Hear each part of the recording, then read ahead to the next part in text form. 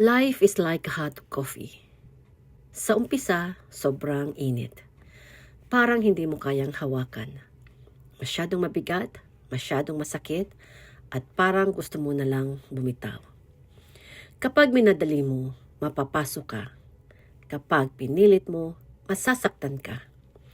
Pero kapag huminto ka muna, kapag nagpahinga ka, kapag nagtiwala ka sa proseso, unti-unting nagiging tama ang timpla. May mga season sa buhay na parang sobrang init, hindi komportable, hindi malinaw. Pero hindi ibig sabihin nun na mali ka o huli ka na. Kaya nga sabi sa Bible, He hath made everything beautiful in His time. Sa Ecclesiastes chapter 3 verse 11. Ibig sabihin, may tamang oras ang Diyos. Hindi siya late, hindi siya nagmamadali, at alam niya kung kailan ka handa. Life may have bitterness.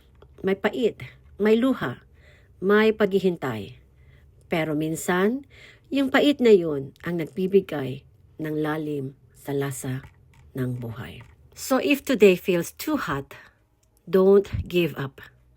Pause, pray, trust.